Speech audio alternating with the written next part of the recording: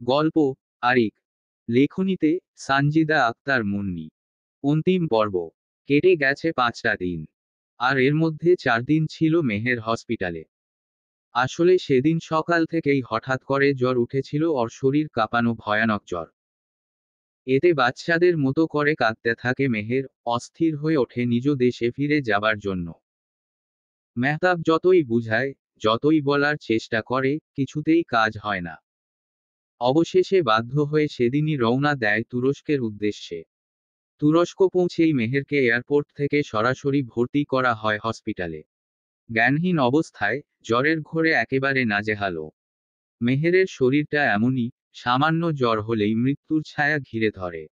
আর এখন এই অসুস্থতার মূল কারণ মেহতাবের পাগলামি, তার উন্মাদনা। গতরাতে হসপিটাল থেকে ফিরেছে মেহের। মেহতাব এখনো ভয় আছে। এমন কাণ্ড সে জীবনে প্রথম দেখল। বর্তমান রুমে নিস্তব্ধতা কিছুটা। বাইরে রোদের ঝিকিমিকি, অথচ এই ঘরে একটা ভারী চুপচাপ বাতাস জমে আছে। বেডে এক কোণায় মেহের ব্ল্যাঙ্কেট মুড়ি দিয়ে চুপচাপ শুয়ে আছে। অসুস্থতা এখনো পুরোপুরি কাটেনি, মনটাও কেমন উদাস। আর ওদিকে মেহতাব আয়নার সামনে দাঁড়িয়ে, গলায় সেমাক জোড়াচ্ছে। গ্যাং ক্লাবে যাবে বলে। তবে যাওয়ার আগে নিজের হাতে রান্না করে ফেলেছে মেহেরের প্রিয় খাবার, সঙ্গে কফি। মেহেরকে কফির কাপ হাতে এগিয়ে দিলেও সে মুখ ফিরিয়ে নেয়। পরে খাবো, শুধু এইটুকু বলেই আবার ফিরে যায় নিজস্ব নীরবতায়। মেহতাব বুঝতে পারে মেহেরকে এখন জোর করা ঠিক না, তাই নিজের খাবার শেষ করে আবার প্রস্তুত হতে থাকে। ব্ল্যাঙ্কেটের নিচ থেকে মেহের একফালি চোখ বের করে চুপচাপ তাকিয়ে আছে মেহতাবের দিকে। মেহতাব আয়নায় চোখ রেখেই বুঝতে পারে একজোড়া তৃষার্ত চোখ ওর দিকে তাকিয়ে আছে। এটা দেখে মুচকি হেসে ধীরে ধীরে ঘুরে দাঁড়ায়। চোখে পড়ে মেহেরের দৃষ্টিতে। এটা দেখে একটা মুচকি হাসি ঠোঁটের কোণে খেলে যায়। ধীরে ধীরে এগিয়ে আসে মেহেরের দিকে। চুপচাপ এসে পাশে বসে, নরম করে ব্ল্যাঙ্কেটটা সরিয়ে দেয় ওর মুখের ওপর থেকে। তারপর ওর কপালে হাত রেখে, কপালের চুলগুলো সরিয়ে দিতে দিতে জিজ্ঞেস করে, ঠিক লাগছে? মেহের ধীরে জবাব দেয়, হুম। একদম ফিট। হুম। একদম। মেহতাব এটা শুনে এবার ঠোঁটে একটু চওড়া হাসি নিয়ে হালকা ঝুঁকে পড়ে ওর দিকে। মেহতাব নিজের দিকে আসতে দেখে মেহেরের চোখ বিস্ময় বড় হয়ে যায়।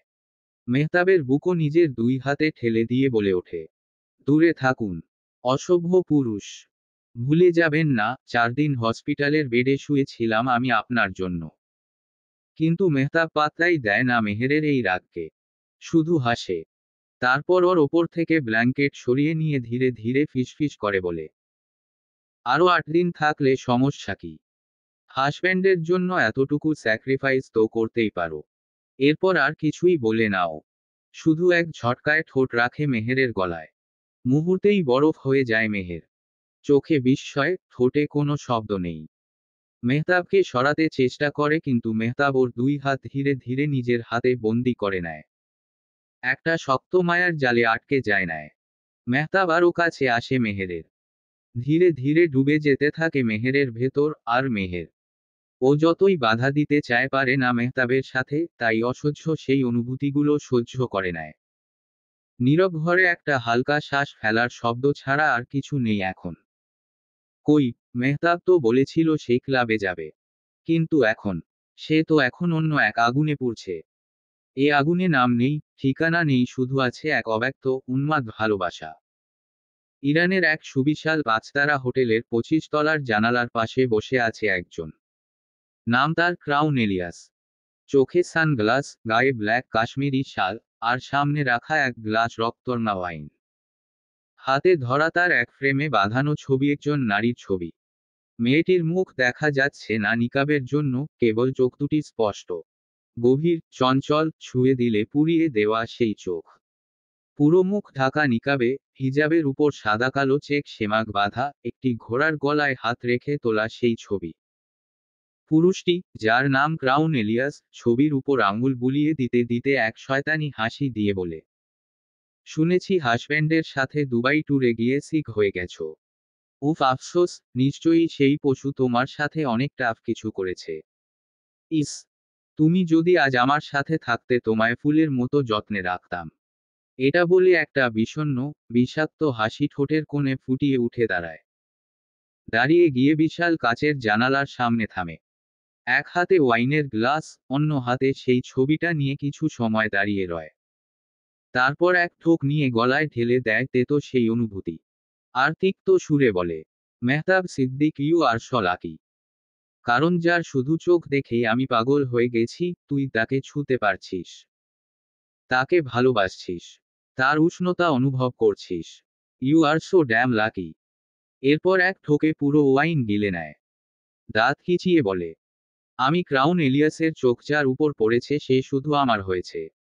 তোমায় পেতে যদি শত যুদ্ধও করতে হয়, তবু আমি রাজি, because I want only you, just you তুবা। তারপর হঠাৎই তাড়াতাড়ি গিয়ে বেড থেকে ফোন তুলে নেয়। ফোনে ডায়াল করে বলে, কায়রান নেভ, আমি আসছি। আগামীকালই তুর্কি। রেডি থেকো। ওপাশ থেকে হেসে উত্তর আসে, ওকে, তবে মেহতাব সিদ্দিককে কিন্তু ওর বউয়ের হাতেই কূপ খেতে হবে। এলিয়াস মুচকি হেসে বলে, অফকোর্স খেতে হবে। ওর রক্ত নিজের শরীরে মেখে আমি ওর বউকে নিজের করে নেব। আর সেই রক্তের পাশে শুয়ে আমাদের ফার্স্ট নাইট স্পেন্ড করব। কায়রন একটু চুপ করে থেকে বলে, নারীর কি অভাব আছে? তুমি এক ইশারায় শত নারী পাবে, তবু কেন মেহতাবের ছোঁয়া সেই নারীকে বিয়ে করবে? এ কথা এলিয়াসের চোখ লাল হয়ে ওঠে রাগে। তবে গলা শান্ত, ভয়ঙ্কর ঠান্ডা গলায় বলে, ওই নারী যদি হাজার পুরুষের ছোঁয়াও পায়, তবু আমি তাকেই চাই। Because she's mine, only mine. ফোনের লাইন কেটে যায়। এলিয়াস ধীরে ধীরে জানালার পাশে ফিরে দাঁড়ায়। চোখে দুর্বার আকাঙ্ক্ষা, ঠোঁটে ডেবিলি হাসি এনে বলে, আমি আসছি, মাই ফ্লাওয়ার।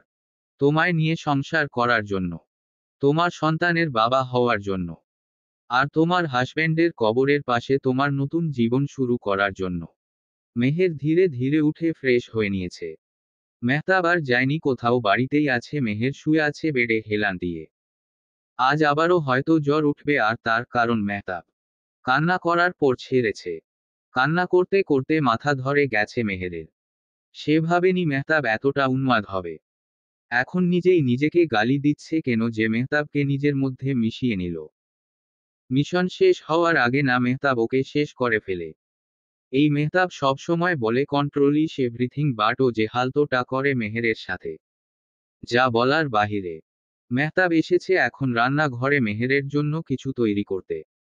এখন বাজে বেলা প্রায় একটা, সেই সকাল 7টা থেকে উঠেছিল, কিছু খায়নি, এর মধ্যে অসুস্থ, তার মধ্যে সে নিজেও ওকে বেশি একটু। মেহতাব দীর্ঘশ্বাস ফেলে কিছু সময় ভাবে কি বানাবে কি বানাবে। হঠাৎ মনে পড়ে মানতি বানাতে। মানতি হলো এক ধরনের তুর্কি ডাম্পলিং বা পিঠা, যা দেখতে ছোট, ভেতরে মাংস ভরা এবং উপরে দই, রসুন আর গলানো মরিচ মাখন দেওয়া থাকে। এটি তুরস্কের ফেমাস খাবার। মেহতাব মানতি তৈরি করে। সাবধানে ময়দা ছেঁকে নিয়ে শুরু করে ডো মাখানো। একটানা 10 মিনিট ধরে মাখে ডো, তারপরে ভিজে কাপড় দিয়ে ঢেকে রেখে দেয়। এরপর কাটিং বোর্ডে রাখলো কিমা। লালচে টাটকা গরুর মাংসের সাথে পেঁয়াজ কুচি, সামান্য লবণ, অল্প গোলমরিচ আর একটু শুকনো পার্সেলে মিশিয়ে নেয়। ডোটা বেলে পাতলা করে নেয়। তারপর ছুরি দিয়ে কেটে কেটে ছোট ছোট চৌকো করে ফেলে। এক একটা টুকরো হাতে নিয়ে মাঝখানে সামান্য কিমা দিয়ে সেটা ভাঁজ করে দিয়ে ছোট ছোট মানতির আকৃতি বানায়। সবগুলো মানতি বানানো হয়ে গেলে ফুটন্ত পানিতে সেদ্ধ করতে নেয়। ওপাশে কড়াইয়ে গলিয়ে নিচ্ছে মাখন, যাতে দিয়ে দেয় শুকনো মরিচ আর একটু পুদিনা পাতা। মাখনের ঝাঁঝালো গন্ধ ভরে উঠে ঘর জুড়ে। একপাশে রসুন কুচি দিয়ে টক দইটা ঘেটে রাখে, যা খাবারের শেষে দেবে ঠান্ডা আর স্নিগ্ধ একটা ছোঁয়া এনে দিবে। সবকিছু প্রস্তুত হওয়ার পরে মেহতাব সাজিয়ে ফেলে প্লেট। সাদা সিরামিক প্লেটের মাঝখানে ছোট ছোট মানতি, তার ওপর ঘন দই, আর সব শেষে লাল মরিচ মাখনের উষ্ণ ঝর্ণা। খাবারটা নিয়ে আসে রুমে। এসে দেখে মেহের বসে আছে।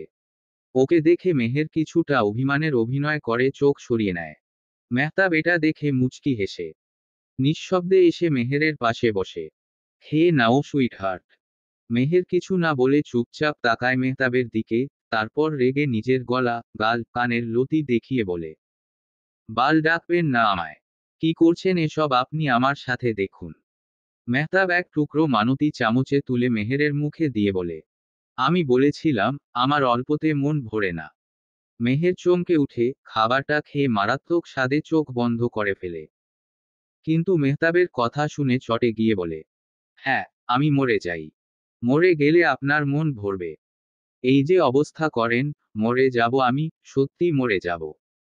মেহতাব মেহেরকে এক ধমক দিয়ে বলে, চুপ কর বেজাতের বাচ্চা। এগুলো সব মেয়েদেরই সহ্য করতে হয়। এটা ভালোবাসা।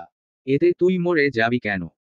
বাপ শয়তানি করে এত টাকা উপার্জন করে কি তোকে খাওয়ায়নি? এত দুর্বল কেন তুই?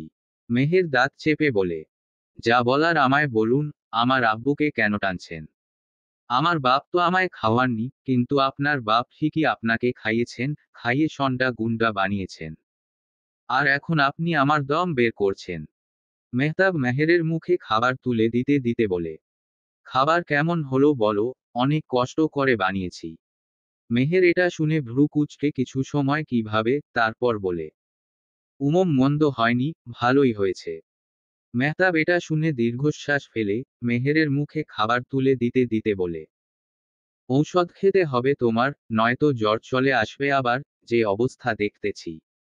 মেহের মাথা তুলে তাকিয়ে বলে, আর আমার সাথে এমন করবেন না বলুন, খুব কষ্ট হয় আমার। মেহতাব মেহেরের চোখের দিকে তাকিয়ে বলে, আমার উন্মাদ ঘিরি, তোমায় সহ্য করতেই হবে। এখনো কিছুই করিনি বুঝলে। মেহের চুপসে যায়। দীর্ঘশ্বাস ফেলে মনে মনে বলে, কিছু সময় আমরা নিজের ধ্বংসের আয়োজন আমরা নিজেরাই করি। মেহের মেহতাবকে জিজ্ঞেস করে, আপনি না কোথায় যাবেন? মেহতাব এটা শুনে খানিক চমকে গিয়ে বলে, যাব, তবে রাতে। হঠাৎ এমন প্রশ্ন? মেহের এটা শুনে বলে, রাতে কিন্তু আপনি আর আমার কাছে আসতে পারবেন না, মনে রাখবেন। মেহতাব মুচকি হেসে বলে, রাতেরটা রাতেই দেখা যাবে, এখন আগামী মুহূর্তের কথা ভাবো।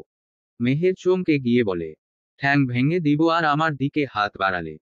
মেহতাব মুচকি হেসে উঠে দাঁড়ায়, খাবারের প্লেটটা হাতে নিয়ে বেডের পাশে টেবিলে রাখে। মেডিসিন নিয়ে ওকে খাইয়ে দেয়।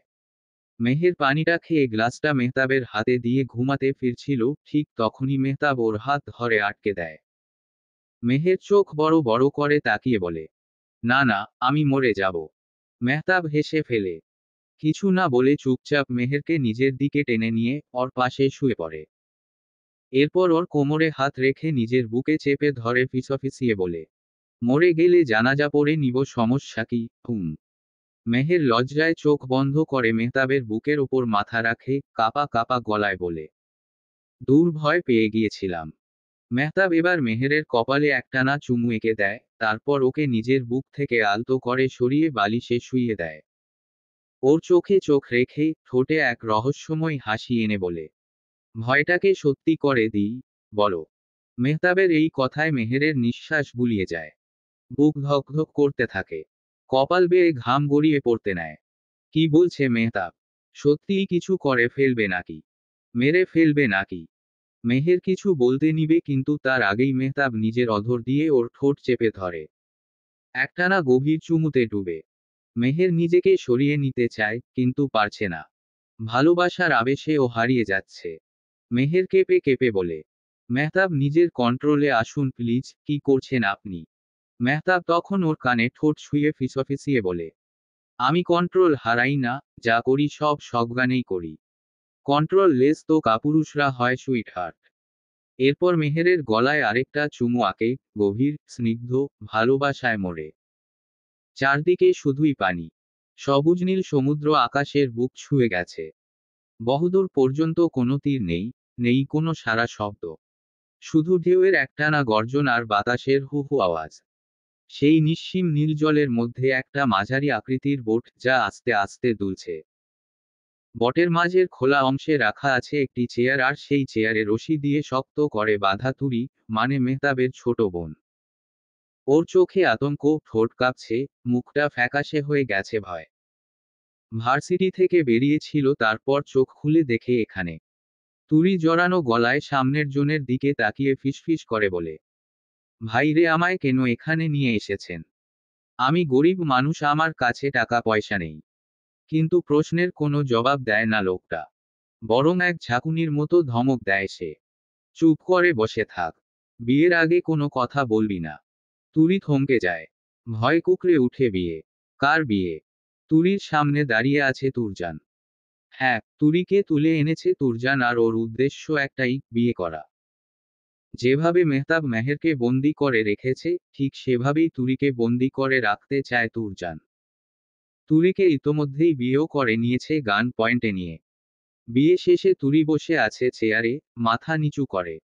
নিজের এভাবে বিয়ে হবে সত্যিই কখনো কল্পনাও করেনি তুরি। ধীরে ধীরে তুরি মুখ তুলে তাকায় সামনে। তুরজানের দিকে। ওর সামনের একটা চেয়ারে বসে আছে তুরজান। তুরি এক আকাশ হতাশ গলায় বলে, আমার হাতটা খুলে দিন। তুরির এমন কণ্ঠ শুনে কেন জানি খুব মায়া লাগে তুরজানের। এক মুহূর্ত না ভেবে তাড়াতাড়ি উঠে দাঁড়ায় চেয়ার থেকে, অতঃপর ধীরে ধীরে তুরির হাতের বাঁধন খুলে দেয়। বাঁধন খুলতেই তুরি ধীরে ধীরে উঠে দাঁড়ায়। এটা দেখে তুরজান কিছুটা দূরে গিয়ে দাঁড়ায় ওর থেকে। তুরি এবার ধীর হাতে নিজের নিকাব এবং নিকাবের উপর থাকা কালো পর্দাটা খুলে ফেলে, কারণ আশেপাশে তুরজান ছাড়া আর সবাই মহিলা। তুরি নিকাব খুলতেই থমকে যায় তুরজান। ওর মুখ কখনোই দেখেনি তুরজান। তুরির ন্যায় হতবাক হয়ে তাকিয়ে থাকে তুরজান। ওর চোখ দুটো একেবারে মেহতাবের মতো, তবে রঙে ভিন্নতা। মেহতাবের চোখ বাদামি, আর তুরির চোখ গভীর নীলচে। এক অদ্ভুত সুন্দরতা ছড়িয়ে আছে তুরির মুখচুড়ে ধবধবে ফর্সা চেহারা, হিজাবে মোড়া মুখে অপার্থিব সৌন্দর্যে মোড়া এই মেয়ে। তুরজান চোখের পলক ফেলতে ভুলে যায়, একদৃষ্টিতে তাকিয়ে থাকে তুরির দিকে। কিন্তু হঠাৎ তুরি ধীরে ধীরে বটের কিনারার দিকে এগোতে থাকে। তুরিকে বটের কিনার যেতে দেখে তুরজান বিস্ময় তাকিয়ে থাকে কিছু মুহূর্ত, তবে কিছুটা দেরিতে হলেও ওর পেছনে এগিয়ে যায়। ঠিক তখনই তুরি বটের একদম কিনার গিয়ে থামে। হঠাৎ ঘাড় ঘুরিয়ে তুরজানের দিকে তাকায়। তুরির তাকানো দেখে তুরজানের পা আপনা আপনি থেমে যায়। ও থতমত খেয়ে দাঁড়িয়ে রয়। তুরি এক ফিকে মুচকি হাসি দেয় তুরজানের মুখ পানে চেয়ে। আর সেই হাসি দেখে তুরজানের ভেতরখানা ধ্বংস হয়ে যায়। কি ভয়ানকভাবে সুন্দর ও বিভ্রান্তিকর এই হাসি! তুরজান বেশ কনফিউজড এই মুহূর্তে। তুরি মতিগতি ঠিক কি বুঝা দেয়। তুরজান কিছু বলবে এমন সময়টাস করে ঝাঁপ দেয় তুরি হঠাৎ পানিতে। এটা দেখা মাইনল সাথে সাথে বটের সবাই হতবাক হয়ে যায়। কি হলো কি? ঝাঁপ দিল কেন? তুরজান মুহূর্তের মধ্যে বুঝে ওঠে না কি করবে। কিন্তু পরক্ষণেই কোনো কিছুর তোয়াক্কা না করে দৌড়ে গিয়ে সেও পানিতে ঝাঁপিয়ে পড়ে। ঠান্ডা, লোনা পানির ধাক্কায় শরীর কেঁপে ওঠে তুরজানে। ডুব দিয়ে উঠে দেখে তুরি। হ্যাঁ, সে তো ঠিক তার পাশেই সাঁতার কাটছে। তুরজান তুরিকে এমন রিল্যাক্স দেখে অবাক হয়ে বলে, এই পাগল মেয়ে, তুমি ঠিক আছো? কি করছিলে কি? তুরি হেসে বলে, রিল্যাক্স? আমি মরিনি। অনেক গরম লাগছিল, তাই একটু শরীরে পানি লাগিয়ে নিলাম। এটা শুনে তুরজানের ভীষণ রাগ হয়। এই এক মুহূর্তের জন্য তুরির জানাজা পড়তে হবে এটা ভেবেছিল, আর কি থেকে কি হলো। ওর তো মন চাইছে তুরি ঘাড় ধরে ডুবিয়ে মেরে ফেলে এই মাঝ সমুদ্র ওর জানাজা পড়ে নিতে। কিন্তু তুরজান নিজেকে সামলায়। হাত বাড়িয়ে তুরির কোমর চেপে ধরে তাকে নিজের বুকের সাথে টেনে নেয়। আর সাঁতার কেটে দুজনেই উঠে আসে বটের ডেকে। বটে ওঠেটা তুরজান তুরিকে নিজের থেকে সরিয়ে নিয়ে দাঁত চেপে কিছু বলতে যাবে, ঠিক তখনই দেখে তুরি নিজের বোরকা খুলছে। তুরজান তৎক্ষণাৎ চোখ সরিয়ে নেয়। তুরি আপন মনে বোরকাটা খুলে ভেজা চুল ঝাড়ে, আর ড্রেস টেনে ধরে পানি ঝরাতে থাকে। তুরজান একবার তাকায় তুরির দিকে, তারপর আর তাকায় না। সাদা ড্রেসে তুরির শরীরের আভাস স্পষ্ট, মুখটা লাল হয়ে আছে, চোখও লাল হয়ে গেছে। তুরি তুরজানকে এভাবে মুখ ফিরিয়ে নিতে দেখে মুচকি হেসে তার একদম কাছে এসে দাঁড়ায়। তুরজান তুরিকে এগিয়ে আসতে দেখে কিছুটা পিছু হাঁটে যায়। কিন্তু তুরি ওর একদম কাছে এসে ওর দুই কাঁধে হাত রেখে আকাশের দিকে তাকিয়ে বলে, সরে যাচ্ছেন কেন? বিয়ে করেছেন, বউ হই আমি আপনার। তুরজান অবাক হয়ে তাকায় তুরির দিকে। সে ভেবেছিল তুরি কাঁদবে, চিৎকার করবে। জোর করে বিয়ে করার পর এই রকম প্রতিক্রিয়া আশা করেনি। যে ভয় দেখিয়ে বিয়ে করেছে তুরির তো কাঁদা উচিত। কিন্তু এখানে তো উল্টো চিত্র। তুরজান হকচকিয়ে তুরিকে প্রশ্ন করে, তোমার ভয় করছে না? রাগ হচ্ছে না? তোমায় জোর করে বিয়ে করেছি। তুরি হেসে ওর কপালে নিজের শাহাদাত আঙুল বুলিয়ে সেটা নাকের কাছে এনে বলে, উফো, রাগ হবে কেন? জানেন, আমার না একটা বিগ ড্রিম ছিল ফোর্স ম্যারেজের। কেউ আমায় তুলে নিয়ে, ভয় দেখিয়ে মাফিয়া স্টাইলে বিয়ে করবে। আর আপনি সেই স্বপ্ন পূরণ করে দিয়েছেন। কি যে ভালো লাগছে। বালের পড়াশোনা থেকেও মুক্তি পেয়ে গেছি। তুরজান দাঁত চেপে তুরিকে নিজের থেকে সরিয়ে নিতে নিতে বলে, আমার শরীরে হাত লাগিয়েছ কেন? তুরি এতে সরে গিয়েও আবার তুরজানের কাছে এসে মুচকি হেসে পায়ের গোড়ানিতে উকি দিয়ে তুরজানের চোখে চোখ রাখে। ওর এই নীলচে চোখের চাহনি তুরজানের ভিতরটা কাঁপিয়ে দেয়। এক ধরনের বেপরোয়া আকর্ষণ ছড়িয়ে যায় তুরজানের বুক জুড়ে, নামহীন, অবাধ্য এক অনুভূতি। তুরজান কিছু না বলে তুরির ন্যায় বিস্ময় চেয়ে থাকে। তুরির চোখে মুখে পানির ফোঁটা, মুখ তার মতো ঝিলমিল করছে, অসাধারণ মনোময়ী লাগছে এই রমণীকে। তুরজানের এই ভাবনার মধ্যে হঠাৎ তুরি এক ঝটকায় নিজের ঠোঁট ছুঁয়ে দেয় তুরজানের ঠোঁটে। তুরির নরম ঠোঁটের স্পর্শে থমকে যায় তুরজান। চোখ বড় বড় করে তাকিয়ে থাকে তুরির দিকে। কি থেকে কি হয়ে গেল? কি করলো এটা এই নির্লজ্জ মেয়ে? ছি ছি। তখনই তুরি তুরজানের ভেজা শার্টের কলার টেনে ধরে বলে, হাসব্যান্ডের শরীরে তো ওয়াইফি হাত দিবে, তাই না? তুরজান তুরির চোখে চোখ রেখে ঠান্ডা গলায় বলে, তোমায় বউয়ের মতো রাখতে বিয়ে করিনি। তোমার ভাই যেমন আমার বোনকে বন্দি করে রেখেছে, তেমনি তোমায়ও বন্দি করে রাখবো। তুরি এতে হেসে জবাব দেয়, তো রেখে দিন না। আমি থেকে যাব, কোনো অভিযোগ করব না। তুরজান দাঁত চেপে বলে, বাড়ি নিয়ে ঘরের সব কাজ করাবো তোমায় দিয়ে। তখন বুঝবে কি মজা। তুরি হেসে বলে, এমনিতেই আমার ওয়াইফ ম্যাটেরিয়াল হওয়ার অনেক শখ। আপনাকে কিছু বলতে হবে না, আমি নিজে থেকেই সব করব। রান্না বান্না, সবকিছু পরিষ্কার, কাপড় ধোয়া, আপনার সেবা। এমনকি আপনার বাচ্চার আদর্শ মাও হব। আমি নিজে ইচ্ছাই সব করব। তুরজান চিৎকার করে বলে, বেয়াদব মেয়ে, লজ্জাশরম নেই। একজন মেয়ে হয়ে এসব বলছো? তুরি রেগে গিয়ে তুরজানের থুতনি চেপে ধরে বলে, একজন মেয়েকে জোর করে বিয়ে করতে তোর লজ্জা করেনি? এখন আমায় লজ্জা শেখাচ্ছিস? বিয়ে যখন করেছিস, সংসারও করবি আমার সাথে, বুঝেছিস? এ বলে তুরি থুতনি ছেড়ে কিছুটা দূরে সরে দাঁড়ায়। তুরজান রাগে ফুঁসছে। এই ছোট একটা মেয়ে ওর থুতনিতে হাত তুলেছে। কত বড় সাহস! তুরজান চোখে আগুন নিয়ে বলে, এতবার বেরো না মেয়ে। আমি তুরজান, কিন্তু ভালো মানুষ না আমি। তুরি ঠোঁটে তাচ্ছিল্যের হাসি ঝুলিয়ে দুই হাত বুকের সামনে গুজে নেয়। চারপাশে একবার তাকিয়ে মুচকি হেসে বলে, আপনি ভালো হন আর খারাপ তাতে আমার কি? আমি নিজেই তো একটা ডাকাত। এ বলে তুরি বটের ভিতরের রুমের দিকে চলে যায়। তুরজান দাঁড়িয়ে থাকে হতবাক হয়ে, ভাবে, বউ না বিপদ এনেছি ঘাড়ে। এ তো দেখি মারাত্মক লেভেলের ডেঞ্জারাস। টেরেসে বসে আছে মেহের। চোখ বাইরের দিকে। আজ অনেক দিন পর টেরেসের পর্দা সরানো হয়েছে। মেহের মেহতাবের কাছে অনেক মিনতি করে সেই গার্ডদের বিদায় দিতে সক্ষম হয়েছে, কিন্তু তবুও মেহতাব চারজন রেখে দিয়েছে বাড়ির আশেপাশে। মেহেরের আবার জ্বর উঠেছে। টুপ টুপ করে চোখ দিয়ে পানি পড়ছে। শরীর অসুস্থ থাকলে বাচ্চাদের মতো কাঁদতে ইচ্ছে করে ওর। মেহতাবের কারণেই ওর এই অসুস্থতা। সে কোনো কিছুর পরোয়া করে না, কিছুই বোঝে না। একটা খারাপ লোক এই মেহতাব সিদ্দিক। খুবই খারাপ। এই লোকটাকে নিজ হাতে কুপিয়ে না মারতে পারলে শান্তি নেই মেহেরের। এসব ভাবতে ভাবতেই বসে আছে মেহের। শরীরের ব্যথায় নড়তে পারে না ঠিক মতে। কিন্তু করার কিছু নেই, ভাবা ছাড়া। মেহতাব এখন রুমেই, নিজের কাজে ব্যস্ত। মেহের এক কাপ কফি হাতে টেরেসের চেয়ারে বসে। একঘেয়েমি লাগছে। বিরক্ত লাগছে সব কিছুতে। মেহের ধীরে ধীরে উঠে দাঁড়ায়, অতঃপর রুমে আসে। রুমে এসে দেখে মেহতাব কাগজপত্র, ল্যাপটপ নিয়ে বেডেই অফিস বানিয়ে বসে আছে। বাড়িতে অফিস রুম থাকা সত্ত্বেও মেহতাব রুমেই এসব কাজ করে। এই কাজটা মেহেরের একদম অপছন্দ। মেহের ধীরে ধীরে মেহতাবের সামনে গিয়ে দাঁড়ায়। হঠাৎ ওকে দাঁড়িয়ে থাকতে দেখে মেহতাব চোখ তুলে বলে, কিছু বলবে? মেহের নিজের হাত বাড়িয়ে বলে, আপনার ফোনটা দিন। মেহতাব ভ্রু কুঁচকে জিজ্ঞেস করে, কি করবে? মেহের সোজাসুজি বলে, রিলস দেখব। মেহতাব আর কিছু না বলে ফোন দিয়ে দেয়। মেহের তা নিয়ে টেরেসে ফিরে আসে। ফোন আনলক করা। এই সুযোগে কারো নম্বর খুঁজে নক দেয়। সাথে সাথেই রিপ্লাই আসে, মেহের, কায়রন নেবকে ধরেছে আমাদের লোক। তুমি এসে মারবে, নাকি মেরে ফেলবো? মেহের রিপ্লাই দেয়, না, এখন ওকে মারার সময় না। আরও 2 দিন ওকে বাঁচিয়ে রাখো। আমি তোমার সাথে দেখা করব। ওপাশ থেকে উত্তর আসে, ওকে। আর শুনো, ক্রাউন এলিয়াস কিন্তু তুর্কিতে কামব্যাক করছে। এটা শুনেই মেহেরের হাত পা অবশ হয়ে আসে। তাও সে নিজেকে সামলায়।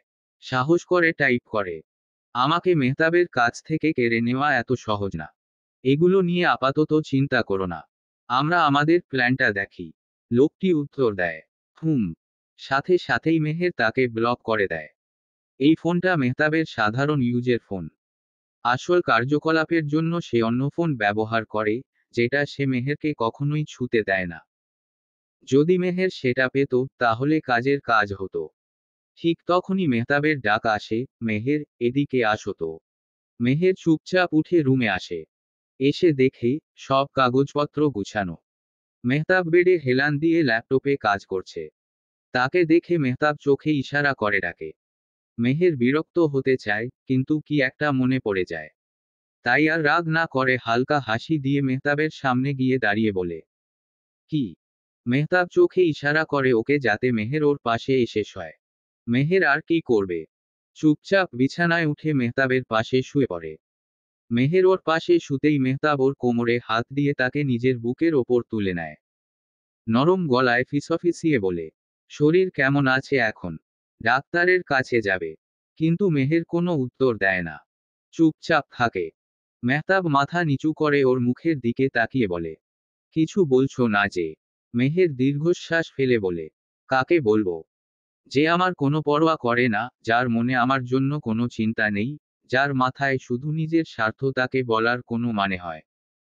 আপনি তো চেয়েছিলেন একজন পারফেক্ট ওয়াইফ, আমি চেষ্টা করছি তাই চুপচাপ থাকার। মেহেরের কথা শুনে মেহতাবের মুখ থমকে যায়। কি একটা ভেবে ধীরে ধীরে ল্যাপটপটা বন্ধ করে পাশে রাখে। তারপর মেহেরকে নিজের থেকে সরিয়ে নিয়ে শক্ত করে জড়িয়ে ধরে, মাথা গুজে নেয় মেহেরের বুকে ফিসফিসিয়ে বলে, আর এমন হবে না। আমি নিজেকে যথাসম্ভব সামলে ফেলব। এটা শুনে মেহের ধীরে ধীরে ওর মাথায় হাত বুলিয়ে দেয় অতি যত্নে, আর মুখে হালকা শয়তানি হাসি নিয়ে নিজেকে মনে মনে বলে, বাহ মেহের, ইমোশনাল ব্ল্যাকমেইলটা তো বেশ ভালোই করতে পারিস। তোকে তো নোবেল দেওয়া উচিত রে মা। মেহতাবকে জড়িয়ে ধরে মাথায় হাত বুলাতে বুলাতে এক সময় প্রশ্ন করে, আচ্ছা মেহতাব, আপনাদের বাবা মা দুজনেই তো মন্ত্রী, তাই না? মেহতাব উত্তর দেয়, হু। মেহের আবার জিজ্ঞেস করে, আচ্ছা আপনি তাদের সাথে থাকেন না কেন? মেহতাব দীর্ঘশ্বাস ফেলে বলে, এত প্রশ্ন করো না। ঘুমিয়ে পড়ো। মেহের এমন ওর শুনে আর কিছু বলে না। চুপ হয়ে যায়। কিন্তু মনে মনে ভাবে, এই মানুষটার অতীত পরিবার সব জানতেই হবে আমাকে। নয়তো আমি কিছু করতে পারবো না। মেহতাব আরো শক্ত করে ওকে জড়ি ধরে এক তাচ্ছিল্যের হাসির সহিত নিদ্রায় তলিয়ে যায়। জনশূন্য সাউথ কোরিয়ার একটি গলি দিয়ে পাগলের মতো ছুটে চলেছে তেজওয়ান। মাথা ফেটে রক্ত পড়ছে টুপ টুপ করে, শরীর ভার হয়ে এসেছে কিন্তু পা থেমে নেই। চোখে আগুন, মুখে রক্তের তিক্ত এক স্বাদ, আর শরীর জখমে ভরা। মন চাচ্ছে একটা বার শুয়ে যেতে, কিন্তু মস্তিষ্ক চাচ্ছে দৌড়াতে, কারণ সে ছুটছে একটা জানোয়ারের পেছনে। তার নাম কিয়ান। একটা বিকৃত, নোংরা শয়তান। ২৯টি শিশু, হ্যাঁ ঠিক শুনেছেন, ২৯টি নিষ্পাপ শিশুকে ধর্ষণ করেছে এই কিয়ান। ৩ মাস আগে জেল থেকে পালিয়ে গেছে। কেউ ধরতে পারেনি। তেজওয়ান এসেছে কোরিয়ায় এক সিক্রেট ক্যাসে, আর তখনই তাকে এই নরকের কীটটাকে ধরার আদেশ দেওয়া হয়। তেজওয়ান অনেক প্ল্যান কর ওর গোপন আস্তানায় হানা দেয়। একাই। সামনে ১০ জন দেহরক্ষী, তবুও পিছোপা হয় না। রক্তাক্ত হয়ে পড়ে, প্রচণ্ড মার খায়। হাল না ছেড়ে একে একে গুলি করে উড়িয়ে দেয় তাদের সবাইকে। কিন্তু কিয়ান, এ জানোয়ারটা জানে কোন সময় পালাতে হয়। সবাই মরলেও ও পালিয়ে যায়। রক্তাক্ত শরীরে তেজওয়ান ছুটছে এখন ওর পেছনে। জুতো ঘষে আগুন হয়ে উঠেছে পিছলা রাস্তায়। শরীর আর সায় দিচ্ছে না, কিন্তু মন চায় কিয়ানের মৃত্যু। দৌড়তে দৌড়তে একসময় হোঁচট খেয়ে পড়ে কিয়ান মাটিতে গড়িয়ে পড়ে। তেজওয়ান ভীষণ মেরেছে ওকে, তাই দুর্বল হয়ে পড়ে যাওয়া আর উঠতে পারে না। তেজওয়ান দৌড়ে দম নিয়ে ঝাঁপিয়ে পড়ে ওর উপরে। মাথায় সজোরে এক ঘুষি দিতেই দাঁত ভেঙে যায় কিয়ানের। দাঁত চেপে বলে, তোকে আমি রক্তে চুবিয়ে দেব, বাচ্চাগুলোর কান্না আজ ফিরিয়ে দিব। এরপর ওর থেকে উঠে দাঁড়ায় একটার পর একটা লাথি। কিয়ানের প্রাইভেট পার্টে মারতে থাকে, চিৎকার করে ওঠে কিয়ান, এতে তেজওয়ান দম নেয়, আবার মারে। পাগলের মতো লাথি দিতে থাকে তেজওয়ান ওর প্রাইভেট পার্টে। চিৎকারে আর্তনাদে কষ্টে মুখ দিয়ে গলগল করে রক্ত বেরোচ্ছে কিয়ানের। কিন্তু তাও তেজওয়ান থামে না।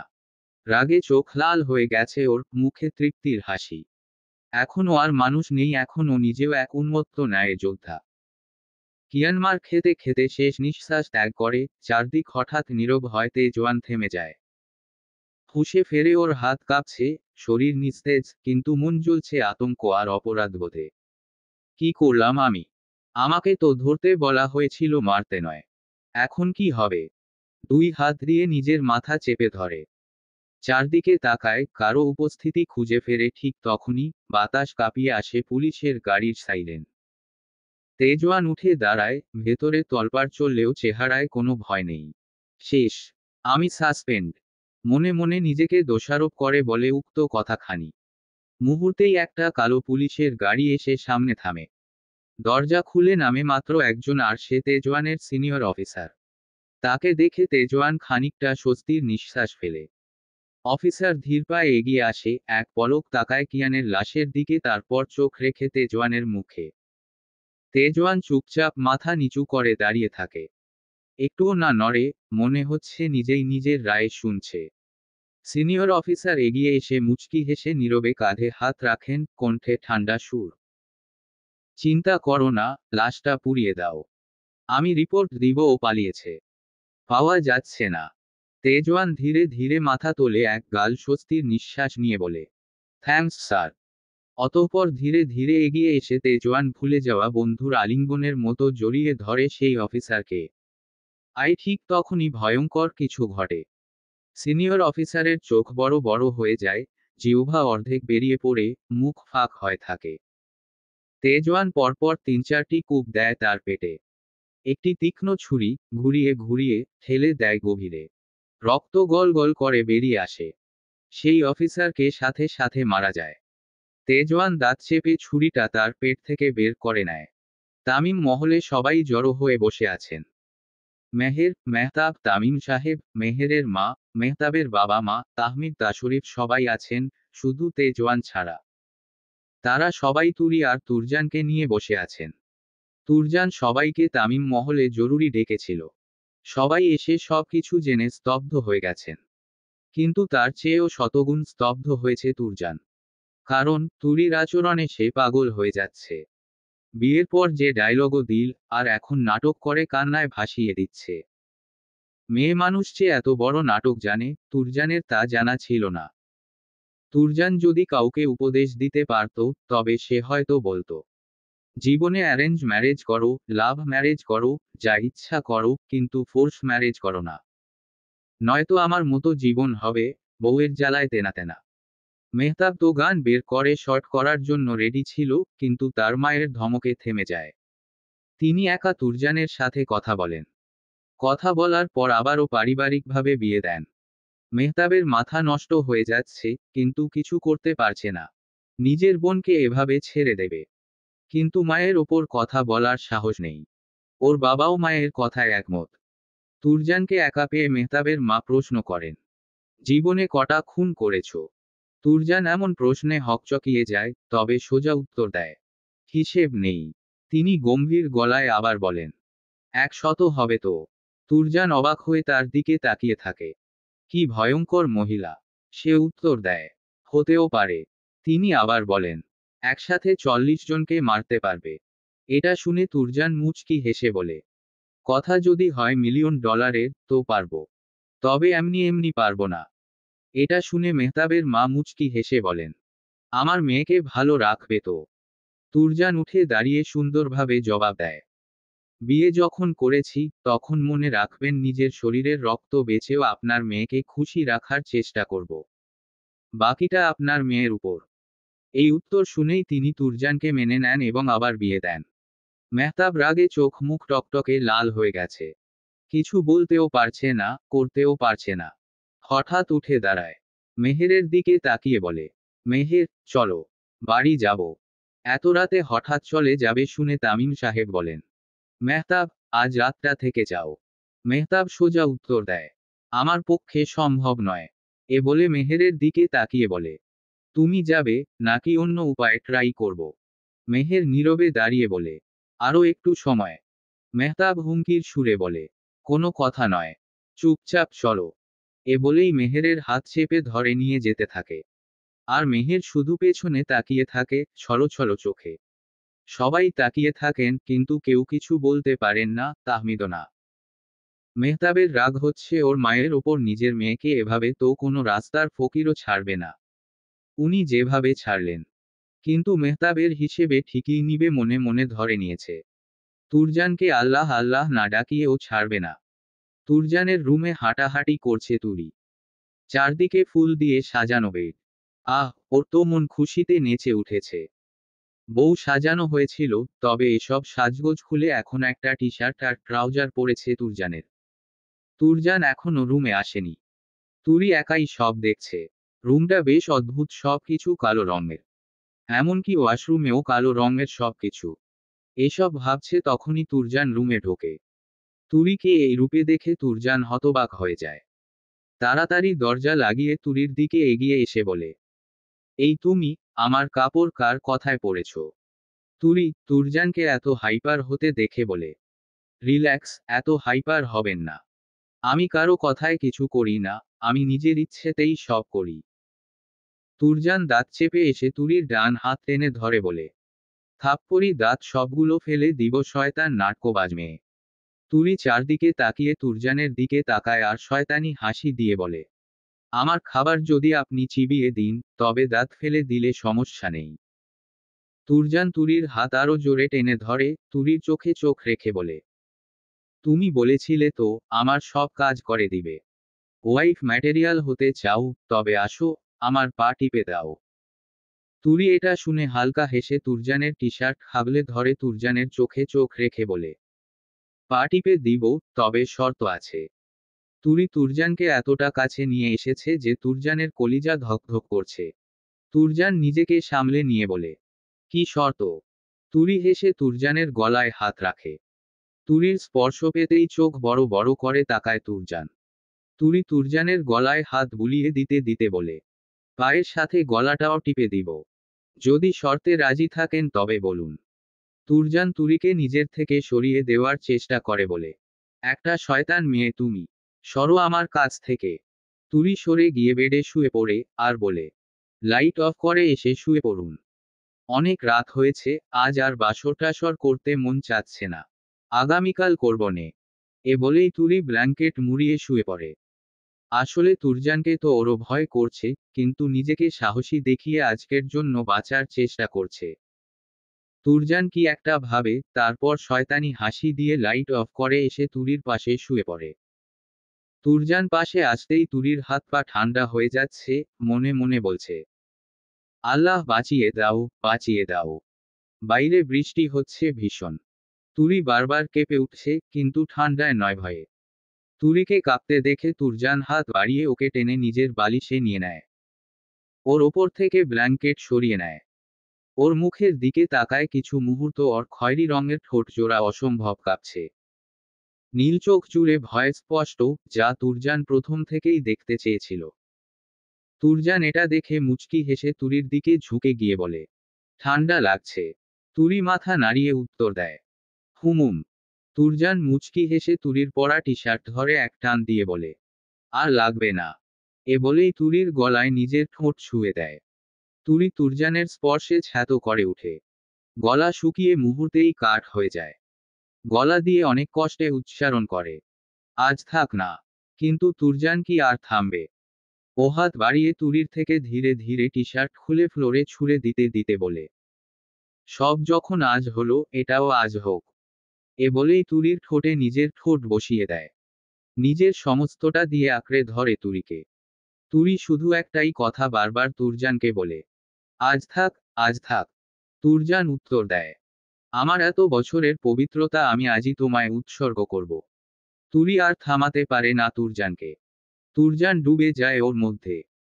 তুরি ভীষণ মিনতি করে, কিন্তু তুরজান আর শোনে না। নিজের মতো করে তুরিকে করে নেয়। এদিকে মেহের বাড়ি এসে মনমরা হয়ে রান্না করেছে। কোনো অভিযোগ করেনি মেহতাবের কাছে, একবারও মেহতাব ওকে বুঝল না। কি এমন হতো যদি আজ রাতটা থেকে একটু বোঝার চেষ্টা করত। কিন্তু মেহতাব ওকে বুঝল না। মেহের আর মেহতাব এখন ডিনার করে বসে আছে লিভিং রুমে। মেহতাব সোফার একপাশে হেলান দিয়ে পা শটান করে বসে ল্যাপটপে কাজ করছে, আর মেহের টিভিতে নিউজ দেখছে। আজকাল ইরান ইসরায়েলের যুদ্ধ নিয়ে সারাদিন নিউজে পড়ে থাকে মন। মেহতাব স্পষ্ট বুঝতে পারে মেহেরের মন মেজাজ বেশ তিক্ত। আসলে মেহতাব করছে চুরির পরিকল্পনা। আসলে তুরজান ওকে জানিয়েছিল এক বিস্মৃত ইতিহাস সম্পর্কে। একটি পচা পাণ্ডুলিপি, ইউরোপের এক প্রাচীন মানচিত্র, আর জার্মান আর্কাইভ থেকে পাওয়া একটি চিঠি এনে দিয়েছিল। সব মিলিয়ে এটা দেখে মেহতাব বুঝে যায় এটা দ্বিতীয় বিশ্বযুদ্ধের সময়কার এক ভয়ানক গোপন তথ্য। সেই সময়ে জার্মান নাৎসি বাহিনী ফ্রান্সের উপর যখন দখল নেয়, তারা ফ্রান্সের একটি নামী ব্যাংকের কোষাগার লুট করে। হাজার হাজার সোনার বার গাড়িতে তোলে তারা, যার দাম আজকের দিনে কল্পনাতীত। তাদের উদ্দেশ্য ছিল স্পষ্ট, এই সোনা যাবে বার্লিনে, হিটলারের হেফাজতে। কিন্তু ঠিক তখনই ঘটেছিল এক বিস্ময়কর ঘটনা। নগরীর কিছু ফরাসি দেশপ্রেমিক সৈন্য নিজের দেশের ধন রক্ষায় কাণ্ডজ্ঞান হারিয়ে শহরের পাশের এক বৃহৎ লেকের বাঁধে বিস্ফোরণ ঘটায়। ফলাফল, লেকের গর্জন ওঠে, পানি ঢুকে পড়ে শহরের অলিতে গলিতে। বুঝে ওঠার আগেই গাড়ি, সৈন্য, ইতিহাস আর সোনা সবকিছু তলিয়ে যায় পানির নিচে। আর সেই নগরীও হারিয়ে যায় কুয়াশা ঢাকা ইতিহাসে। বহু বছর পেরিয়ে গেছে। আজও বলা হয় সেই নদীর নিচে শুয়ে আছে 2000-এরও বেশি সোনার বার, নীরবে, অতৃপ্ত আত্মাদের সাক্ষী হয়। তুরজান শুধু তথ্য জোগাড় করেছিল, কিন্তু মেহতাব, ও চোখে স্বপ্ন দেখছে চুরি নয়, ইতিহাসে নিজের নাম লেখানোর। মেহতাব তৈরি করছে এক গোপন মিশন। নিজের ডিজাইন করা ওয়াটারপ্রুফ ট্রাম্প, রাতের অন্ধকারে সেই নদীর নিচে ডুবে গিয়ে একটা করে একটার পর একটা সোনার বার তুলে আনবে। এটা সে নিজে গিয়ে করবে। তবে সমস্যা একটা, ফরাসি সৈন্যরা এখনো সেই নদীর উপরে প্রতিদিন 3বার টহল দেয়। সেই এলাকাকে আজও ঘোষণা করা হয়েছে সেন্সিটিভ মিলিটারি জোন। এমন এক জায়গা যেখানে গোপনে শ্বাস নেওয়া অপরাধ। তবে শুধু সৈন্য নয়, কথিত আছে, যারা এই সোনা খুঁজে পায় তারা ফিরে আসে না। নদীর নিচে শুধু সোনা নেই, আছে এক অভিশপ্ত ইতিহাসের শ্বাসরুদ্ধ করা ভার। জার্মান সৈন্যদের কিছু দেহ আজও হয়তো আটকে আছে পানির তলায়, তাদের চোখে লেগে আছে সেই ভয়াবহ বিস্ফোরণের বিভীষিকা। আর এখন মেহতাব যাবে সেই নদীর তলায়, নিয়ে তার প্রযুক্তি, লোভ, আর নিজের রক্ত গরম করা সাহস নিয়ে। মেহতাব জানে নদীটা শান্ত, কিন্তু তার নিচের গল্পটা নয়। আর এবার ইতিহাস আবার দম নেবে মেহতাবের সাথে। মেহতাব নিজের ল্যাপটপটা টেবিলে রেখে একটু ঘাড় ঘুরিয়ে মেহেরকে নিজের দিকে টেনে আনে। কিন্তু আজ আর মেহের কিছু বলে না, চুপচাপ চোখ রেখে বসে থাকে টিভির দিকে। মেহতাব এটা দেখে মেহেরের কাঁধে ঠোঁট ছুঁয়ে বলে, বাড়ি যেতে চাও? থাকতে চাও? মেহতাবের হঠাৎ ছোঁয়ায় কেঁপে উঠে মেহের, তবুও নিজেকে সামলে নিয়ে দীর্ঘশ্বাস ফেলে বলে, লোভ দেখাচ্ছেন, জানি তো দিবেন না। মেহতাব মুচকি হেসে মেহেরের চুলগুলো ওর পিঠ থেকে সরিয়ে নিতে নিতে বলে, আমি ফ্রান্স যাব কয়েক দিনের মধ্যে, তখন না হয় যাবে, হবে তো। মেহের এটা শুনে বেশ খুশি হয়। মনে মনে ভাবে, আল্লাহ তার মানে সুযোগ চলেই এলো। মেহের আলতো সুরে বলে, ঠিক আছে। মেহতাব মেহেরকে নিজের থেকে সরিয়ে নেয়। মেহের বুঝে যায় কি করতে যাচ্ছে এই লোক। মেহতাব মেহেরের মাথা সোফায় রেখে নিজে ওর দিকে ঝুঁকে আসে। এটা দেখে মেহের বলে, রুমে চলুন, এটা তো লিভিং রুম প্লিজ। মেহতাব মেহেরের কাঁধ থেকে ড্রেস সরিয়ে নিতে নিতে বলে, এই বাড়িতে তুমি আর আমি ছাড়া আর কেউ আছে? মেহের উত্তর দেয়, না। মেহতাব মুচকি হেসে বলে, তাহলে এত নাটক করার কি? রোমান্স তো আমরা এখানেই করতে পারি। মেহের এটা শুনে মুখ ঘুরিয়ে বলে, এটা রোমান্স না, আপনি আমাকে ফোর্স করছেন। মেহতাব হেসে বলে, আমার আবার সফট রোমান্স, ডার্ক রোমান্স এসবের চেয়ে ফোর্স রোমান্সেই মন বসে বেশি সুইট হার্ট। এ বলেই মেহেরের 2 হাত নিজের মধ্যে নিয়ে নেয় মেহতাব। অতঃপর ডুব দেয় নিজের মতো করে মেহেরের মধ্যে। ঘুম ভেঙে যায় তুরজানের, রাত হয়তো 4টে বাজে। ওর বুকে বিড়ালের মতো ঘাপটি মেরে শুয়ে আছে তুরি। তুরজান ঘুম ঘুম চোখ খুলে নড়ে চড়ে উঠে বসে। তুরিকে বাহুতে আগলে নিয়ে বুকের সাথে চেপে ধরে বসে। কিন্তু অদ্ভুত ব্যাপার হলো তুরির নড়াচড়া নেই। এটা অনুভব করে তুরজানের কলিজা ধক করে উঠে। মনে পড়ে তুরির কান্নার কথা, মিনতির কথা। সাথে সাথে কি মনে করে তুরির পালস চেক করে। পালস চলছে। তুরজান তুরির শরীর ঝাঁকিয়ে ডাক দেয়। তুরি। কিন্তু তুরির কোন সারা শব্দ নেই। তুরজান ভয় কাঁপতে শুরু করে। তুরির থুতনিতে হাত রেখে তুরিকে ঝাঁকিয়ে আতঙ্কিত গলায় বলে, তুরি, জান তুরি। তুরজানের গলা শুকিয়ে আসে। তুরির থুতনি ধরে আবারও বলে ওঠে, হায় কাম সারছে রে, পড়ে মেয়েকে মেরে ফেললাম না তো আবার। কিন্তু তুরির কোনো সারা শব্দ নেই।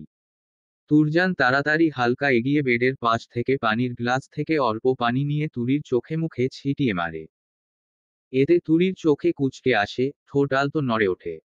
এটা দেখে তুরজানের জানে জানে ফিরে আসে।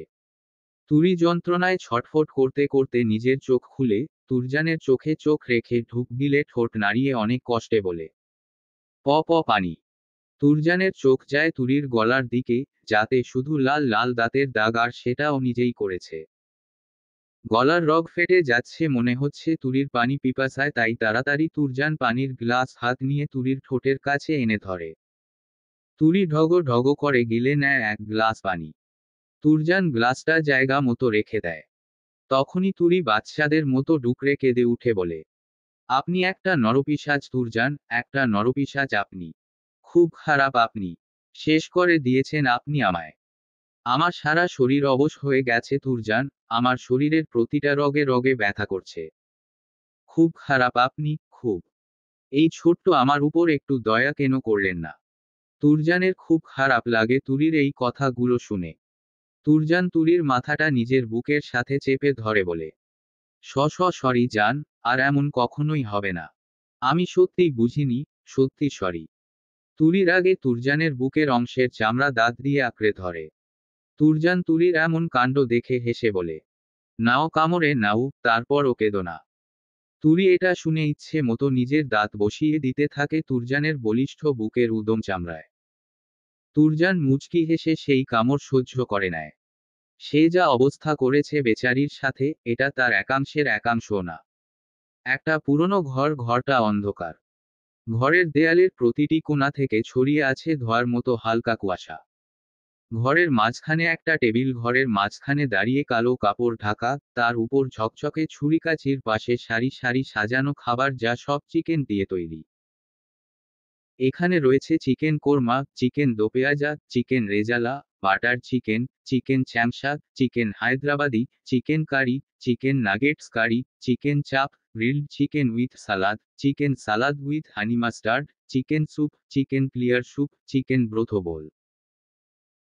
তাভুক শীষ, ইস্কেন্ডার কাবাব, তাভুকলু পিলাভ, চিকেন বরেক, তাভুক বুভেজ, চিকেন ডোনার, তাভুক সোটে, Turkish chicken kofta, Turkish chicken পিদে, তাভুক কর্মা, chicken Kiev, chicken stroganoff, raspberry chicken salad, chicken Olivier, Russian chicken soup, chicken পেলমেনি, চিকেন পিয়েরোজকি, চিকেন ব্লিনি, রাশিয়ান শাসলিক, চিকেন কাসেরোল। প্রতিটি খাবারই দেখে মনে হচ্ছে শিল্পকর্ম। বাহ্যিকভাবে সুস্বাদু হবে। অথচ এর উৎস জানলে যে কারোরই মুখে বমি এসে যাবে। টেবিলের সামনে চেয়ারে বেঁধে রাখা হয়েছে একজন কোরিয়ান মিনিস্টারকে। হাত পা বাঁধা চেয়ারের সাথে, চোখে ভীতি ছাপিয়ে উঠেছে গা শিউরে ওঠা আতঙ্কে। এই মিনিস্টারই কিয়ানের বাবা, যে এতদিন নিজের ছেলেকে বাঁচিয়ে রেখেছিল। অথচ আজ সে বসে আছে নিজের সন্তানের লাশ থেকে প্রস্তুত খাবারের সামনে। আর সেই অফিসার এরই লোক। যদি তেজওয়ান ওকে না মারত, তবে সে তেজওয়ানকে মেরে নিত। তেজওয়ান ওই অফিসার আর এর সম্পর্কে আগ থেকেই জানত। তাই তো এই মিনিস্টার তুলে এনেছে, কৌশলে এনে এই খাবারের আয়োজন করেছে। শুধু খাবার নয়, এগুলো রক্তমাখা ইতিহাস বহন করছে। এই চিকেন আসলে কিয়ান এবং সেই অফিসারেরই মাংস। তেজওয়ান নিজ হাতে রান্না করেছে এগুলো। রক্ত দিয়ে বানিয়েছে ওয়াইন, যেটা রেখেছে হয়েছে রূপালি গ্লাসে, একটা রাজকীয় টোস্টের জন্য। আর টেবিলের মাঝখানে রাখা এক প্লেট সুশি, যার প্রধান উপাদান কিয়ানের ছিন্ন ভিন্ন প্রাইভেট পার্ট।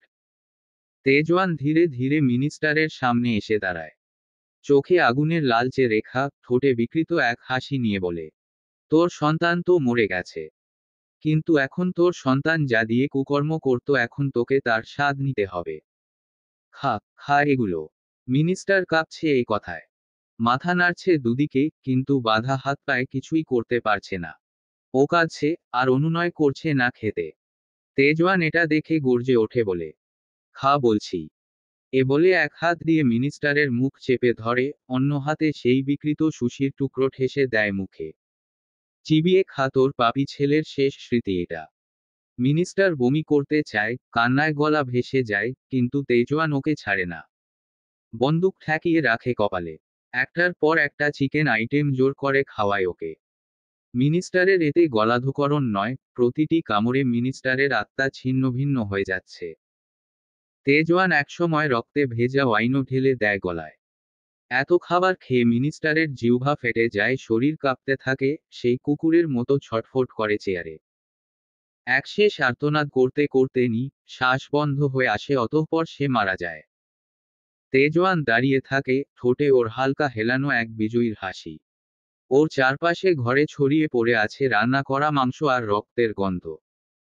ও চুপচাপ গ্লাস তুলে নেয়, সেই রক্তমিশ্রিত ওয়াইন এক চুমুকে শেষ করে। বাবা, এখন তুইও মরলি, কিন্তু যেভাবে মরলি, তা ইতিহাস হয়ে গেল। মেহের মেহতাবের লাগেজ গুছাচ্ছে, কারণ আজই মেহতাব ফ্রান্সে উদ্দেশ্যে রওনা দেবে। মেহের ওর কাপড়সহ যাবতীয় সব কিছু গুছিয়ে দিচ্ছে, কজ পারফেক্ট ওয়াইফ বলে কথা। মেহের মেহতাবের ইচ্ছে মতো, পছন্দ মতোই সব কিছু করছে, যাতে ওর কোনো প্রকার সন্দেহ না হয়। মেহের মনে মনে বড্ড খুশি, কারণ মেহতাব সরে গেলেই মেহের নিজ দুনিয়ায় ফিরতে পারবে। মেহতাব তুরজানকে কল করে। তুরজান কল ধরে। মেহতাব বলে, আমার বোন কেমন আছে? তুরজান বলে, ভালো নেই, অসুস্থ। মেহতাব, কেন, কি হয়েছে? কাল রাতেই তো ভালো দেখলাম, সকাল হতেই কি হলো? তুরজান, আমার বোন 4 দিন হসপিটালে যে কারণে অ্যাডমিট ছিল, সেই কারণেই জ্বর উঠেছে। মেহতাব, তার মানে তুমি আমার বোনকে ফোর্স করেছো? তুরজান, ফোর্স করলে তোমার বোনের জানজা পড়তে হতো, বুঝলে? মেহতাব, সাবধানে কথা বল, জানোয়ারের মতো কথা বলিস না। ভুলে যাস না, তুই আমার বোনের জামাই। তুরজান, জি বড় ভাই, আমি জানি। কিন্তু আপনিও ভুলে যাবেন না, আমার বোন আপনার বউ। মেহতাব আর কিছু বলে না, শুধু বলে, আমি মিশনে যাচ্ছি। এ কথা বলেই কল কেটে দেয়। তুরির জ্বরটা আরো বেশি বেড়েছে। বাড়ির সবাই ওকে নিয়ে বেশ চিন্তায় আছেন। তুরজান বোকাও খেয়েছে তামিম সাহেবের কাছ থেকে। বাচ্চা একটা মেয়ে, তুরজানের বুঝা উচিত ছিল তো। তুরজান ফোন রেখে তুরির সামনে এসে বসে। তুরি বেডে হেলান দিয়ে বসে আছে, ক্লান্ত হয়ে। জ্বর ভালো করে পেয়েছে ওকে। বমি করতে করতে অবস্থা বেগতিক। কিছু মুখে নিতে পারছে না, মুখ নিলেই ভেতর মুচড়ে বমি হয়ে বেরিয়ে আসছে। তুরজান তুরির হাত ধরতে নেয়, কিন্তু তুরি সরিয়ে নেয়। তুরি হাত সরিয়ে দাঁত চেপে বলে, রাতে আধমরা করে শান্তি হয়নি, এখন মেরে ফেলতে চান নাকি? তুরজান মাথা নিচু করে নেয়, দীর্ঘশ্বাস ফেলে বলে, আমি সত্যি বুঝতে পারিনি। তুরজানের কথায় তুরি কিছু বলে না, চুপচাপ অন্যদিকে মুখ ঘুরিয়ে নেয়। তুরজান আর কিছু না বলে তুরির হাত ধরে এক টান, ওকে নিজের বুকে চেপে ধরে, ওর মাথায় হাত বুলিয়ে দিতে দিতে বলে, আর এমন হবে না, আমি আর উন্মাদগিরি করব না, সত্যি বলছি। তুরি কিছু বলে না, চুপচাপ তুরজানের বুকে মাথা রেখে লেপ্টে রয়। তুরজানকে যে নিজের থেকে সরাবে এই শক্তি নেই ওর মধ্যে। সারাটা শরীরের রগে রগে ব্যথা করছে, জ্বরে পাগল পাগল লাগছে নিজেকে। তুরিকে চুপ হতে দেখে তুরজান প্রশ্ন করে, কি হলো? কিছু বলো। খুব কষ্ট হচ্ছে। তুরি ফিসফিসিয়ে অনেক কষ্টে উচ্চারণ করে, আমি কিছু বলার মতো পরিস্থিতিতে নেই, যেভাবে আছি ওভাবে থাকতে দিন। তুরির কথা শুনে তুরজান আর কিছু বলে না। মেহতাব চলে যাচ্ছে, সব গুছিয়ে ফেলেছে অলরেডি, লাগেজ গাড়িতে তুলে দেওয়া হয়েছে। নিকো ওর সাথে যাচ্ছে এই মিশনে।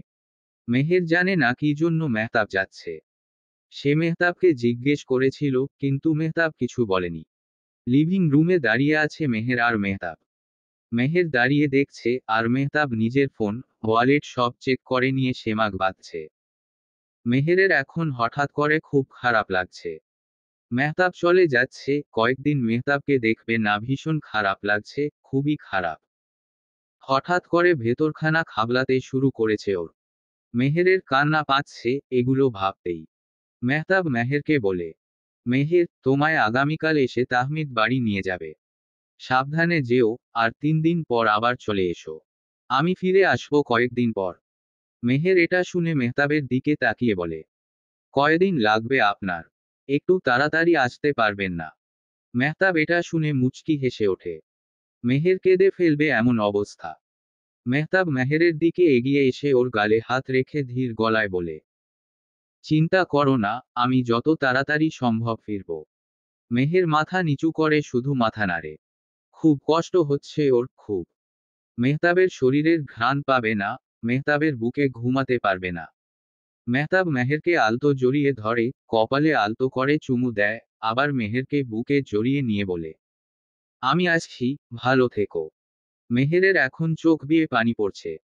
ওর ভেতরখানা খচখচ করছে, গলা দিয়ে একটা শব্দও বের হচ্ছে না, দম বন্ধ লাগছে। মেহের নিজেকে কিছুটা সামলে নিয়ে বলে, সাবধানে যাবেন। মেহতাব কিছু সময় পর মেহেরকে ছেড়ে দেয়, অতঃপর সামনের দিকে এগোতে থাকে বাইরে যাওয়ার জন্য। মেহের ঠায় দাঁড়িয়ে মেহতাবের যাওয়ার দিকে তাকিয়ে থাকে। একটা সাদা থোপ আর বাদামি সাদা চেকের সেমাঘে অসম্ভব সুদর্শন লাগছে মেহতাবকে। মেহতাব মেইন দরজার সামনে গিয়ে দরজা খুলতে নেয়, তখনই পিছন থেকে মেহের দৌড়ে গিয়ে ওকে ঝাঁপে জড়িয়ে ধরে। মেহের আর নিজের ইমোশনকে কন্ট্রোল করতে পারে না। মেহের মেহতাবকে শক্ত করে জড়িয়ে ধরে, ওর পিঠে নাকমুখ গুজে ভাঙা গলায় বলে, আমি আপনাকে খুব মিস করব, খুব। মেহতাবের মনও চাইছে না যেতে, কিন্তু প্রফেশনের কাছে যে ইমোশনের দাম নেই। মেহতাব পিছনে ঘুরে দাঁড়ায়, মেহেরের 2 গালে 2 হাত রেখে মৃদু হেসে বলে, কেঁদো না, আমি খুব তাড়াতাড়ি চলে আসব। মেহের ছলো চোখে মেহতাবের দিকে তাকিয়ে বলে, আমায় ছেড়ে আপনি খুব ভালো থাকবেন জানি, কিন্তু বিশ্বাস করুন আমি একদমই ভালো থাকব না, একদমই না। এ বলেই নিজের মুখ লুকিয়ে নেয় মেহতাবের বুকে। এই বুকটাই যে ওর সর্বশান্তির উৎস। মেহতাব মুচকি হেসে বলে, তুমি কিভাবে বুঝবে আমার অন্তর কতখানি পড়বে তুমিহীনে? মেহের এটা শুনে মেহতাবের বুক থেকে মাথা তুলে গোড়ালিতে ভর করে উকি দিয়ে মেহতাবের গালে, চোখে, মুখে নিজের ঠোঁট ছুঁয়ে দেয়। মেহতাব চোখ বুজে মেহেরের স্পর্শ গ্রহণ করে নেয়। মেহের মেহতাবের গালে ঠোঁট ছুঁয়ে দিতে দিতে বলে, সাবধানে যাবেন, আল্লাহর হাওলা। মেহতাব মেহেরের কপালে চুমু দিয়ে মেহেরের নাকে নিজের ঠোঁট ছুঁয়ে বলে, আসছি। এ কথা বলে মেহতাব বেরিয়ে যায়। আর মেহের কিছু সময় দাঁড়িয়ে থাকে, তারপর কি একটা মনে করে দৌড়ে নিজেদের রুমের টেরেসে যায়। উদ্দেশ্য একটাই, তাহলে মেহতাবকে দেখা। এতক্ষণে মেহতাব গাড়ি থেকে গেট পেরিয়ে গেছে। মেহেরের এই অনুভূতিটা মিথ্যা ছিল না, একদমই মিথ্যা ছিল না। মেহের কিছু সময় দাঁড়িয়ে থাকে একইভাবে, মেহতাবের মুখখানা এখনো চোখের সামনে ভাসছে। ঠিক তখনই বেডরুম থেকে ফোনের রিং বেজে ওঠে। মেহের তাড়াতাড়ি বেডরুমে গিয়ে ফোন হাতে নেয়, দেখে মেহতাব ভিডিও কল দিয়েছে। মুচকি হেসে কল ধরে। মেহতাব কল ধরতেই বলে, আপনি কাঁদবেন না মহারানী, মহারাজা তো আছেন আপনাদের জন্য। মেহের নিজের হাতের তালু দিয়ে চোখ মুছে বলে, জি, বুঝেছি। মেহতাব বলে, আমি সব সময় থাকবো কলে, আপনি চিন্তা করবেন না। এটা শুনে মেহের হেসে ওঠে। মেহতাব মেহেরকে বলে, যান ম্যাডাম, গিয়ে কিছু মুখে নিন। আমায় তো মুখে তুলে খাইয়ে দিলেন, নিজে তো কিছু খেলেন না। মেহের মুচকি হেসে মেহতাবের সাথে কথা বলতে বলতে কিচেনের দিকে এগিয়ে যায়। অন্ধকার একটা রুম, ড্রিম লাইটের আলো এসে চারদিকে পড়ছে। সেই রুমের মধ্যে খানা হাত পা বেঁধে রাখা হয়েছে একজন মেয়েকে চেয়ারে। সে শুধু গলা ফাটিয়ে চিৎকার করে কান্না করছে আর বলছে, প্লিজ, আমাকে মুক্তি দিন। প্লিজ, আমাকে হয় মেরে ফেলুন নয় ছেড়ে দিন। প্লিজ, আর এই বন্দি জীবন ভালো লাগে না। এটা শুনে সামনে থাকা একজন সুঠাম দেহের পুরুষ নিজের হাতে ওয়াইনের গ্লাস ঘুরিয়ে নিয়ে ওর সামনে আসতে আসতে বলে, ক্লারা বেবি, মাত্র 6 দিন বন্দি থেকেও মরে যেতে চাও? তোমায় তো সারা জীবন আমার মধ্যে বন্দি থাকতে হবে। এটা শুনে ক্লারা হুহু করে কেঁদে উঠে বলে, আ আমার সাথে কেন এমন করছেন? আমি কি করছি? সেই লোক হেসে ক্লারার হাতের বাঁধন খুলে দিতে দিতে ফিসফিসিয়ে বলে, তুমি কিছু করনি, তোমার বাপের পাপের শাস্তি তুমি বইবে, ডিয়ার ওয়াইফ। ক্লারা এটা শুনে বাচ্চাদের মতো কান্না করে বলে, আ আপনি আমাকে ভয় দেখিয়ে বিয়ে করেছেন। এই বিয়ে হবে না, আমি আপনার ওয়াইফ না। এটা শুনে সেই ব্যক্তি ক্লারাকে এক টানে চেয়ার থেকে টেনে নেয় নিজের বুকে। এতে ক্লারার শ্বাস বন্ধ হয়ে আসে। জোরে জোরে শ্বাস নিতে থাকে। সে ব্যক্তি ক্লারার কোমরে নিজের দুই হাত শক্ত করে চেপে ধরে, ঠোঁটের কাছে নিজের ঠোঁট এনে বলে, তুই মানিস অথবা না মানিস, ওয়াইফ হোস। তুই আমার ওয়াইফ, আমি ইউর হাজব্যান্ড, বুঝলি? আর আজ রাত পার হলেই বুঝবি আমি তোর কি। এ বলে সে ক্লারার পরনে টপস টেনে ধরে। এতে ক্লারা ভয় পেয়ে ঢোক গিলে চিৎকার করে বলে, প্লিজ প্লিজ, আমার পাপার পাপের জন্য আমাকে শেষ করবেন না প্লিজ। আমার পুরো লাইফ পড়ে আছে, প্লিজ এমন করবেন না। সেই লোক ক্লারার এমন মিনতি দেখে বলে, তুই তোরে বাপের দুর্বলতা তোকে শেষ করে দিলে তোরে বাপ এমনি শেষ হয়ে যাবে। ক্লারা কান্না করে বলে, তো মেরে দাও না প্লিজ, মেরে ফেলুন, একটা শট তারপর সব শেষ শুট করে মেরে ফেলুন। সেই লোক ক্লারার চোখের পানি মুছে দিতে দিতে বলে, ডার্করোজ, আমার যন্ত্রণায় তোকে তিলে তিলে মারবো আমি, সহজে নয়। এ বলেই ও ক্লারার থুতনি চেপে, ক্লারার ঠোঁট চেপে ধরে, সাথে নিজের হাত দিয়ে বাজেভাবে ক্লারার শরীরে টাচ করতে থাকে। ক্লারার দম হয়ে আছে, চারদিকে অন্ধকার লাগছে, ওর অনেক সাফিকেশন হচ্ছে, মনে হচ্ছে মৃত্যু সামনে দাঁড়িয়ে আছে। মেহের দাঁড়িয়ে আছে একটা রুমে। ওর সামনেই পড়ে আছে দুটো লাশ, যারা শিকার হয়েছে এক ক্রেজি কিলারের। আর সেই কিলার ওর সামনেই দাঁড়িয়ে। মেহের সেই লাশ দুটো দেখে খুশিতে উৎফুল্ল হয়ে বলে, অবশেষে অবশেষে তুমি এদের মেরে ফেললে। এই কায়রন নেভার এলিয়াস আমায় অনেক যন্ত্রণা দিয়েছে, অনেক। এদের জন্য আমি সংসার করতে পারিনি। আচ্ছা, তুমি কি নিজের হাতের চিপটা খুলেছ? ক্রেজি কিলার হেসে বলে, হ্যাঁ। আজ আমরা মুক্ত। তোকে আর প্রতারণা করতে হবে না। তুই সত্যিই সংসার কর মেহতাবের সাথে। আমি চাই তুই সংসার কর। এতদিন এরা তোকে ব্ল্যাকমেইল করছিল, আমার হাতে চিপ ঢুকিয়ে আমার ক্যারিয়ার শেষ করে দিবে বলে, যাতে তুই মেহতাবকে মেরে ফেলিস। কিন্তু এখন তুই আমি মুক্ত। মেহের দৌড়ে গিয়ে কিলারকে জড়িয়ে ধরে বলে, থ্যাঙ্কস ভাইয়া। তোর জন্য আমি মুক্তি পেলাম। ভাইয়া। হ্যাঁ, ক্রেজি কিলারটাই তেজওয়ান। মানুষ খুন করা সেই বিভৎস লোকটাই ওর আপন ভাই। এই কাণ্ডের কথা এলিয়াস আর কায়রন নেভ জেনে ফেলেছিল, তাই তারা মেহেরকে ব্ল্যাকমেইল করছিল, তেজওয়ানের ক্যারিয়ার ফাঁস করে দেবে বলে যদি না সে মেহতাবকে প্রেমের ফাঁদে ফেলে হত্যা করে। একটা গুদামে দাঁড়িয়ে আছে ওরা দুজন। তেজওয়ান মেহেরের মাথায় হাত বুলিয়ে দিতে দিতে বলে, চিন্তা করিস না, তোর ভাই তো আছেই। আর ধন্যবাদ ভাইয়ের জন্য এত কিছু করেছিস। মেহের হুহু করে কেঁদে উঠে বলে, ভাইয়া ভাইয়া, মেহতাব যদি এগুলো জানতে পারেন, তাহলে নিশ্চিত উনি আমায় ছেড়ে দেবেন। উনি আমায় আর ভালোবাসবেন না। ঠিক তখনই সিঁড়ি বেয়ে একজন নামতে নামতে বলে, তুমি যদি পৃথিবীর সবচেয়ে নিকৃষ্ট নারীও হও, তারপরও তুমি আমার চোখে শ্রেষ্ঠ। মেহের থমকে যায়। ও তেজওয়ানের বুক থেকে মুখ তুলে তাকিয়ে দেখে, সামনে দাঁড়িয়ে আছে মেহতাব। মেহের একবার তেজওয়ানের দিকে, আবার মেহতাবের দিকে তাকায়। তেজওয়ান হেসে বলে, চিন্তা করিস না। সে সব জানে। ওর সাহায্য নিয়েই আমি চিপ খুলেছি। মেহের ধীরে ধীরে এগিয়ে যায় মেহতাবের দিকে। মেহতাব ওর জন্য নিজের দুই হাত বাড়িয়ে দেয়। কিন্তু মেহের দৌড়ে গিয়ে ওর পা জড়িয়ে ধরে কাঁদতে কাঁদতে বলে, আমায় মাফ করে দিন মেহতাব।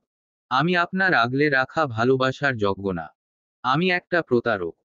আমি স্বার্থপরের মতো নিজের ভাইকে বাঁচাতে গিয়ে আপনার সব খবর ওদের দিয়ে দিতাম। মেহতাব মেহেরকে পা থেকে টেনে তুলে বুকে জড়িয়ে ধরে বলে, একদম না। তুমি ভুল করনি। তোমার জায়গায় আমি থাকলেও তাই করতাম। মেহের শক্ত করে মেহতাবকে জড়িয়ে ধরে বলে, আপনাকে আমি খুব মিস করেছি, খুব। তেজওয়ান বাইরে বেরিয়ে যেতে যেতে বলে, চলো বাড়ি। মেহতাব দাঁড়িয়ে আছে বেকুনিতে, এক দৃষ্টিতে তাকিয়ে আছে চাঁদের পানে। আজ চাঁদ দেখতে খুব ইচ্ছে হচ্ছে। তখন মেহের ওর পাশে এসে দাঁড়ায়। মেহের মেহতাবকে বলে, একটা গিফট নেবেন? মেহতাব উৎফুল্ল গলায় বলে, কি সুইট হার্ট। মেহের মেহতাবের সামনে এসে দাঁড়িয়ে বলে, আমার দিকে একটু ঝুঁকুন তো। মেহতাব ভ্রু কুঁচকে ওর দিকে ঝুঁকে। মেহের এক হাতে মেহতাবের চোখ ঢেকে, কানের কাছে এসে ফিসফিসিয়ে বলে, আই এম প্রেগন্যান্ট, মিস্টার। এ বলে প্রেগন্যান্সি কিটটা মেহতাবের চোখের সামনে ধরে। মেহতাব এটা দেখে খুশিতে আত্মহারা হয়ে যায়। ও লাফিয়ে মেহেরকে জড়িয়ে ধরে ওর কপালে চুমু দিতে দিতে বলে, কবে জানলে আমি বাবা হতে যাচ্ছি? মেহের আলতো হেসে বলে, যেদিন আপনি জানলেন সেদিনই। মেহতাব বলে, তাহলে বললে না কেন? মেহের বলে, তো সারপ্রাইজ থাকবে না? মেহতাব বলে, আমি সবাইকে বলি দাঁড়াও। মেহের মেহতাবকে টেনে বলে, এত রাতে কেন? কাল সকালে বলবে। এত রাতে কাউকে বিরক্ত করা উচিত না। মেহতাব মুচকি হেসে বলে, আচ্ছা ম্যাডাম, তাহলে আপনাকেই বিরক্ত করি, তাই না? এ বলে মেহতাব মেহেরকে ঘুরিয়ে ওকে পেছনে থেকে জড়িয়ে ধরে বলে, আচ্ছা, আমাদের ছেলে হলে নাম কি রাখবো, আর মেয়ে হলে? মেহের অনেক ভেবে বলে, মেয়ে হলে মিরাব, আর ছেলে হলে মেহবাব হবে তো। মেহতাব মেহেরের ঘাড়ে ঠোঁট ছুঁয়ে বলে, হবে না দৌড়া, ম্যাম। মেহের হেসে ওঠে। তাদের এই হাসি দেখে চাঁদও হয়তো মুচকি হেসে ওঠে, তবে অবাস্তবে। সমাপ্ত। গল্প আরিক। লেখনীতে সানজিদা আক্তার মুন্নি। প্রথম পরিচ্ছেদ। অন্তিম পর্ব।